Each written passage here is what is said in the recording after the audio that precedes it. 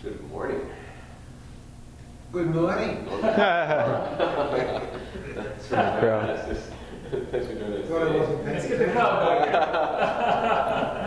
going. Well, I want to thank you for joining us. Norman knows, but Laura, you may not know, but we are KupunaWiki. We are Hawaii Senior Resource. And we connect seniors and their families with local professionals in five areas: real estate, finance, senior housing, health, and senior housing, finance, real estate, health, and estate planning. There you go. It's always awesome. We are realtors by profession. We're a chain of trust advisors, and over time, we've been in the business for over 18 years, and we've developed a pretty great network of providers or partners, and so we've been connecting our clients with them, and decided to open it up to the public. And so 4 years ago, we started KupunaWiki at the Senior Expo. And so we've been doing classes, monthly classes since then. We have a radio show now that we're doing as another avenue to get out there to the public. And it just gives an opportunity for the public to, with these classes, it gives an opportunity for the public to put a face to the name and get to meet these providers in person. And so today we have one of our great providers, Abbott. He's done several classes for us already. And he's going to do another one today. It's always on a different topic, so we kind of try to freshen it up. And so without further ado, I'll bring him in. Excellent. Thank you, Andrew. Well, the good news is they've had me out a few times and they keep inviting me. So at least I didn't make a mess at any point. But today we get to talk about a really fun and exciting conversation regarding 7 steps that we developed with our company to pursue a happy retirement. We also are going to spend some time about tax and the changes and things that are key for people to know. But in the midst of that, we wanted to make sure that we did a really good job showing the why behind what we do and where we found this to be meaningful. So Brandon, if you want to go ahead and kick off the first one. Oh, actually that mission slide. So the name of my company is Mission Financial Group. And the reason we picked that name relates more to our industry. Our industry has done a really good job of helping people set financial goals and accomplish those goals. Maybe, for example, earning an 8% return instead of 7%, or achieving $1 million in your portfolio. But the net effect of those goals has not really translated into a net effect in people's lives. I mean, once you accomplish getting 8% versus 7%, is your life really that different? So what our mission is designed around the greater purpose of your money. What is the more important goal for you as a specific individual, and how are we going to accomplish that? We break that down into a tailored, focused financial plan and help you achieve it in partnership. Really, that's what we're here to do. So go ahead. I have a picture here of my family. We just recently adopted this child. His name's Nash. He just turned 4. The reason I show this picture is if you know anything about 4-year-olds, there's a lot going on there. They're very complicated, and a lot of changes happening every single day. They're growing, they're learning, they're changing. One thing that also affects the parents of the 4-year-old is the fact that they're losing sleep, they're stressed out sometimes. There's a lot of things that are involved in that. One of my clients told me one time that kids are 51% the best thing that ever happened to you and 49% the worst thing that ever happened to you. So I'm learning from that person and experiencing it for myself. Why do I bring that up? I wanted to share a little bit about my background to make this a little bit more meaningful as we go through these 7 steps that I'm going to share with you today that we've found to have a psychological impact on having a happy retirement versus the alternative. So this is a little bit about me, originally from Washington State, Seattle area. I got a Bachelor's of Business Administration degree from the University of Hawaii in finance. I've been in the financial planning world for 12 years now. I had a full career at Edward Jones, just transitioned to become a managing partner and financial advisor with Mission Financial Group. I am an accredited asset management specialist. That's my designation. It's a mouthful, but it means something. Then we have a little community involvement. I've been the past president of the Rotary Club of Hawaii Kai. I've also been active in the Financial Planning Association. I'm also a council member of my church, and then also the past president of the Chamber of Commerce. So where I want to start here is that none of what I'm going to share with you today is something I made up or pulled out of the sky. It's based in research. And we do a lot of research, but this research isn't from financially oriented people.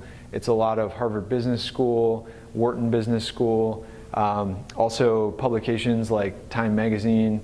A lot of that I'll share with you today, just to show how this evolution of these 7 steps came to be. So go ahead.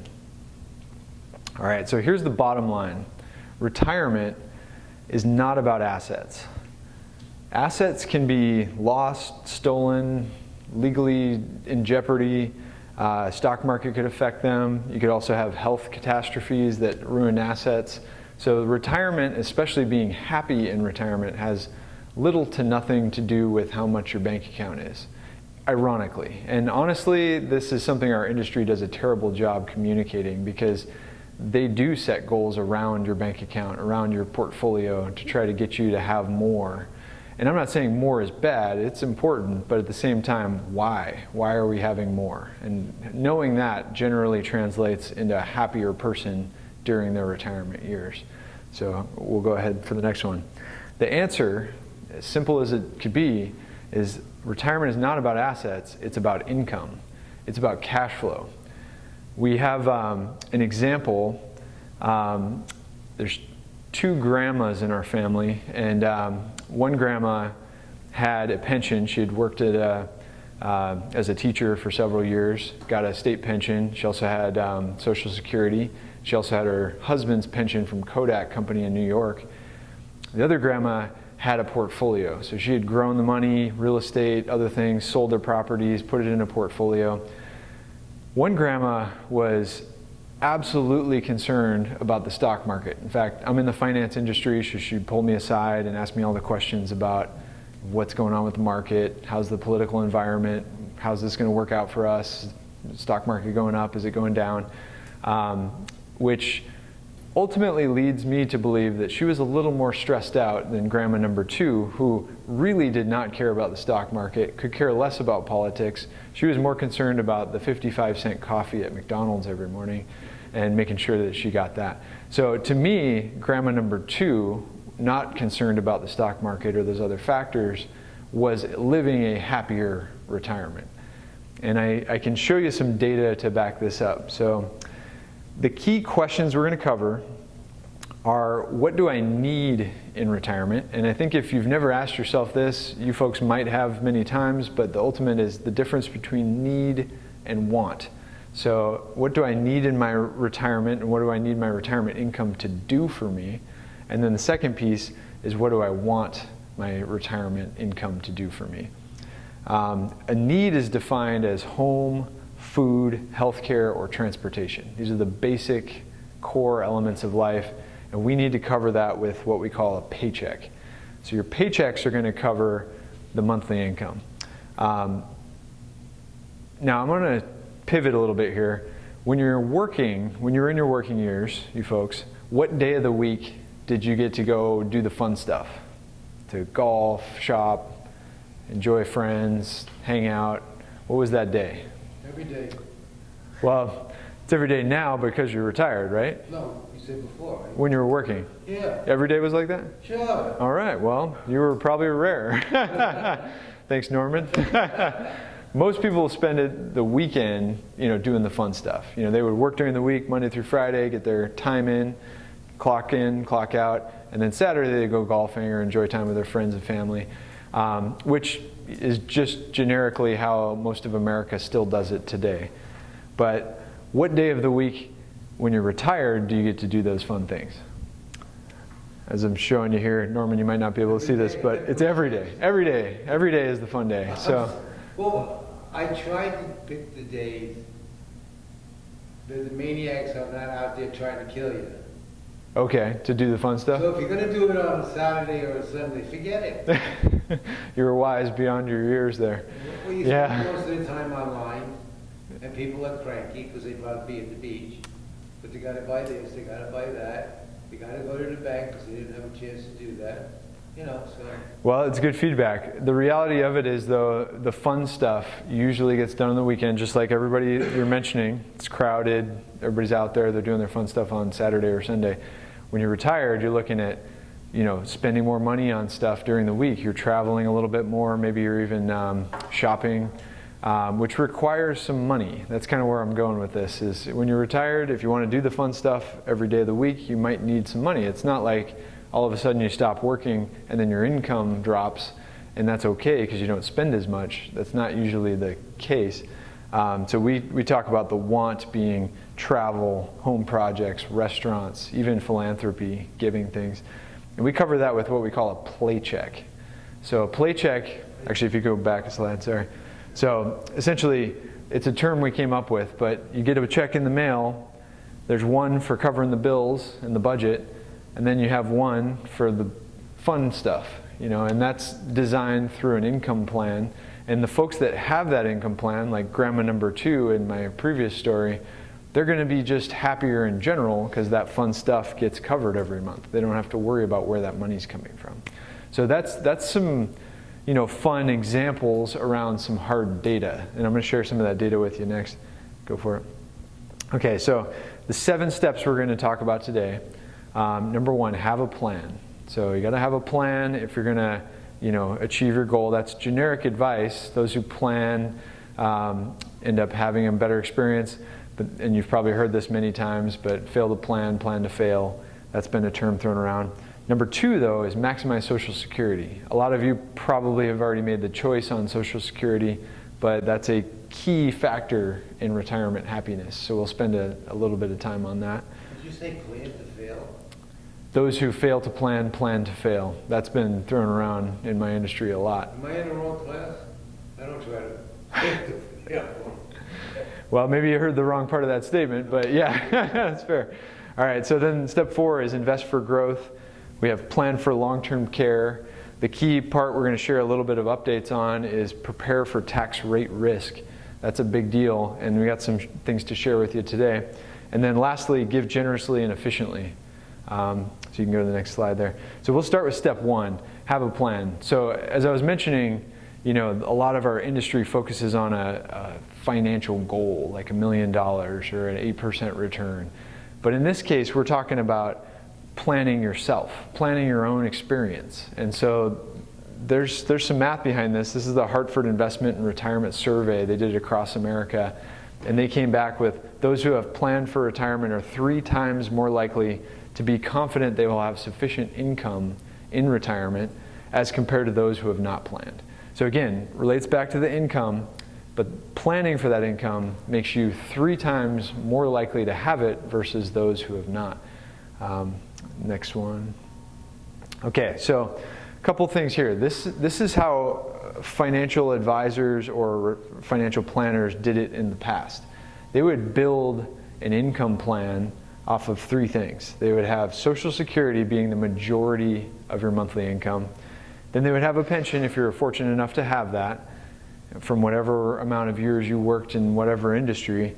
And then really what we were working on was this little last piece of the pyramid, this nest egg. That would be all the money you saved over your working years. How are we going to get it to grow? Are we going to give it to kids or grandkids? And that would be the pinnacle of financial planning for decades past. Today, this is more of our reality. We have pension, if you're even fortunate enough to have one, being the smallest portion of your income. We have Social Security still making up a majority of a lot of America's income. However, it's now not the biggest burden on our portfolio, or the biggest contributor to our income stream. Now we have this nest egg obligation. So really, it's up to you. If you're in today's modern society and you're planning an income plan for retirement, you're focused on this. And that's really making the job for folks like myself dramatically more difficult, because to get that to produce the same way something like a pension used to is a very big challenge. So our takeaway from this is don't live a just-in-case retirement. Honestly, most people are winging it. They're working their work years, focused on what they're professionally skilled at, and putting a lot of time into it.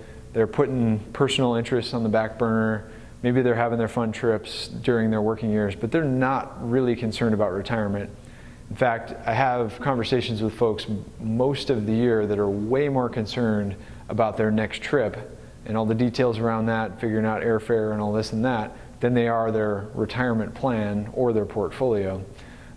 They're way more concerned about getting the details of the Christmas vacation all dialed in, which is not a bad thing. I think they should be focused on that, but they should also spend some time on the retirement income plan, which I'll share a little bit about how we make that easy.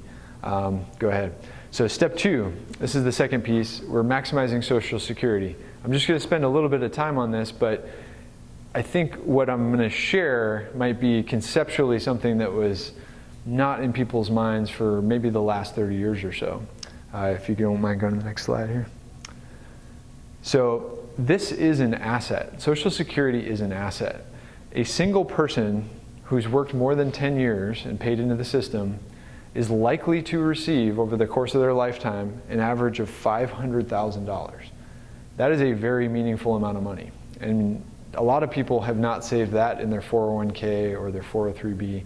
And that's just one person. If you're married, you're looking at nearly $1 million over the course of your lifetime you're taking out of the system. Now, if we don't look at that as an asset, we're probably doing ourselves a disservice, because that is a lot of money in pretty much everybody's judgment. Now, taking it is the biggest key to how much you actually get out of the system. And we have a system for analyzing when is best for you as an individual to take it. Everybody here is a little bit different. So I shared some numbers with you based off of this middle age, which you can't see it here, but it says FRA. That's full retirement age, and that's what we're using as the benchmark to calculate that $500,000 or that $1 million average of people taking money out of the system.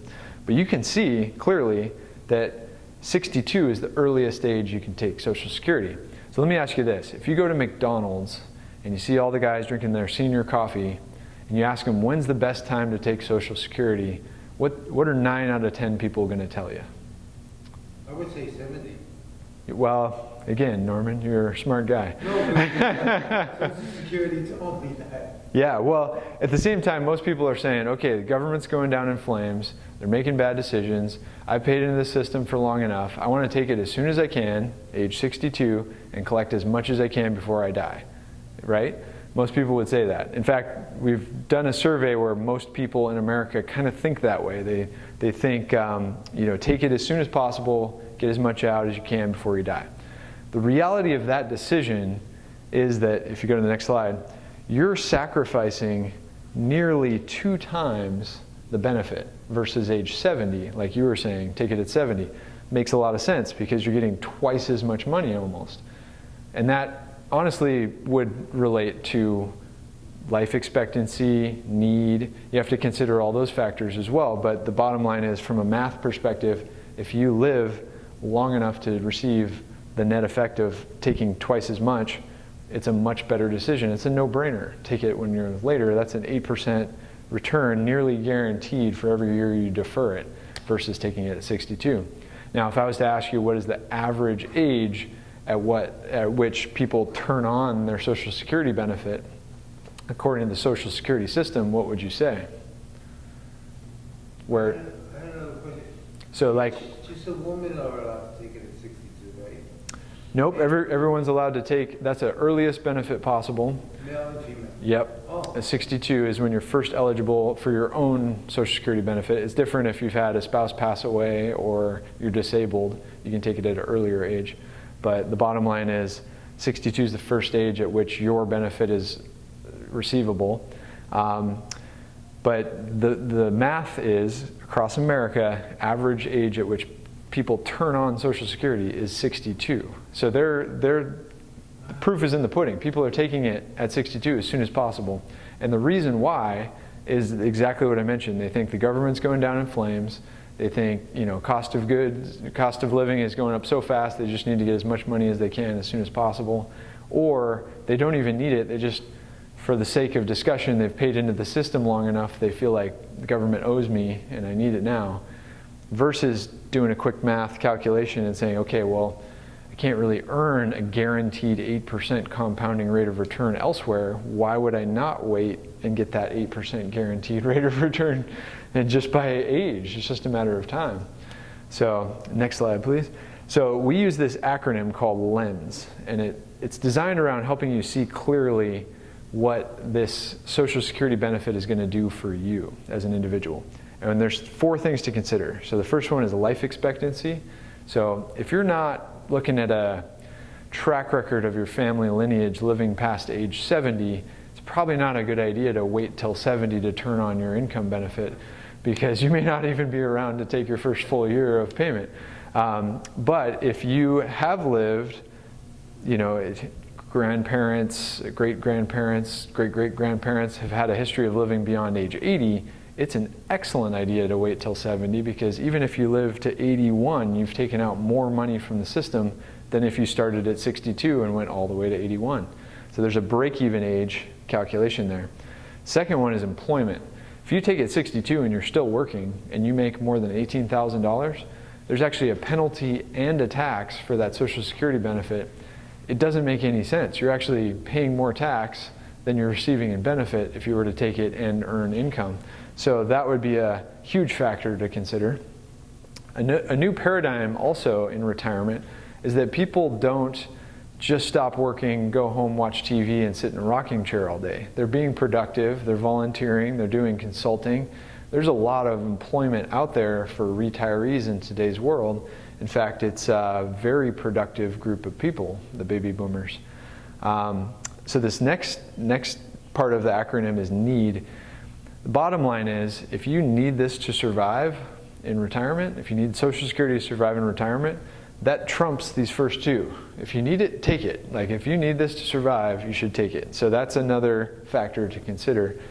The last one is spouse. There's some strategy around if your spouse worked 10 years or not, when you can turn on your benefit, if they're still working or not. That's a calculation you have to do.